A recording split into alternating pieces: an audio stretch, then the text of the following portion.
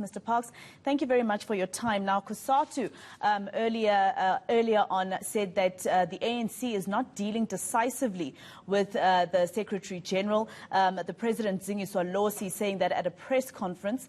Now there's the Integrity Commission that's going to hear his submissions. Is this the type of action that COSATU was calling for?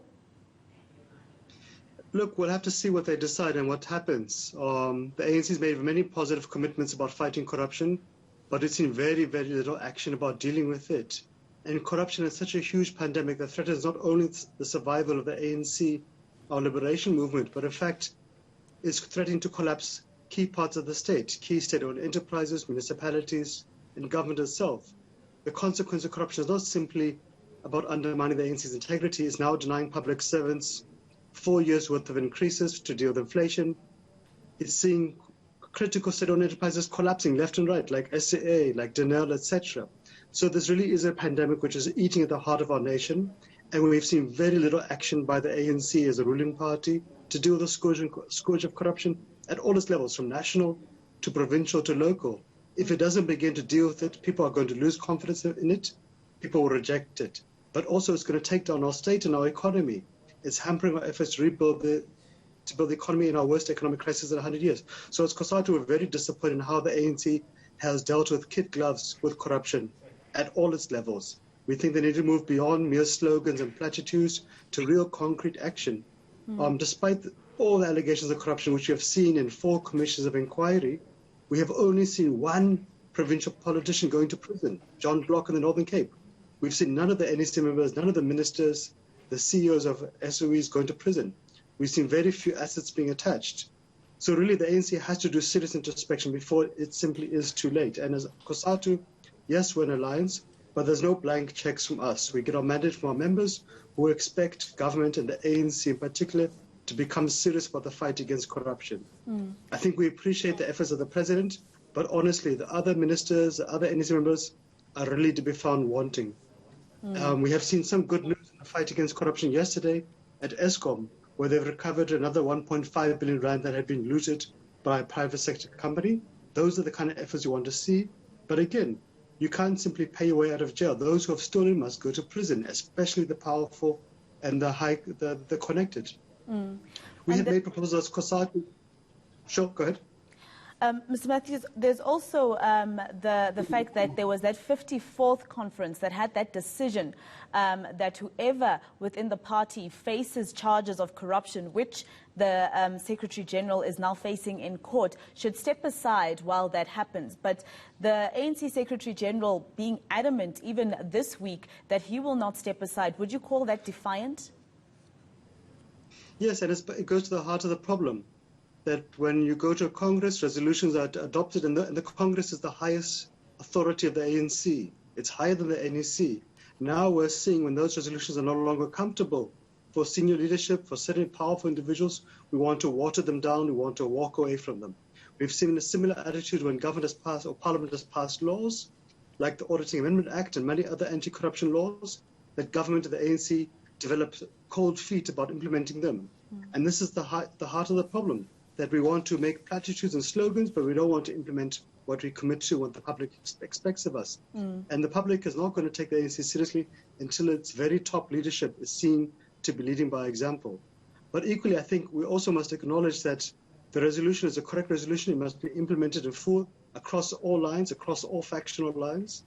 But equally, the law enforcement agencies, the National Prosecuting Authority, the police, the Hawks, etc., they must come to the party, because you cannot have a situation where people are charged with corruption and then years pass and those persons are not prosecuted, are not convicted, or not sentenced to prison. The assets are not attached. So justice needs to be seen to be done. Yeah, let me ask you this, Mr. Parks. Does the ANC still listen to its alliance partner, COSATU? I mean, the president of COSATU asked the ANC to deal decisively with the Secretary General. And I think the next day he was campaigning in Soweto, and the journalists asked him about what COSATU had said, and he just ignored that and said he just wants to move on. And now recently also saying that he will not step aside. So do they even listen to you? Do they take you into their confidence still? Look, the ANC is not a homogeneous organization. We all know it's heavily divided. their factional lines at the very highest levels of the ANC. So it's not a question of the ANC does it listen to COSATU, does the ANC listen to itself, does it listen to its own members? And of course, I think you would find the answer would be that the ANC would frequently be found wanting. Having said that, we believe there are leaders and members of the ANC who are committed to the fight against corruption. We have faith in the president, Cyril Ramaphosa, as being one of those persons. But you know that many of the persons around him in the ANC in the state are not committed to that fight against corruption. Our job as COSATU is to represent the views of workers and our members who are fed up with corruption, in particular inside the ANC and the state, and in the private sector as well, we must also say. So we'll continue to raise those voices, we'll continue to irritate those who have their hands in the cookie jars until they go to prison. We're not naive to expect this is going to be an overnight battle. It's going to be a deep fight, a deep war, because the levels of looting are very deep. They're in the state, they're in the ANC, they're in provincial and local government, they're in ESCOM, Transnet, and in the private sector as well. So it's going to take a lot of fight. There's going to be a lot of blood on the floor, but it's not a fight we can afford to run away from, because of literally the state of not just the ANC, but the entire nation and all of workers' jobs hangs upon winning that fight.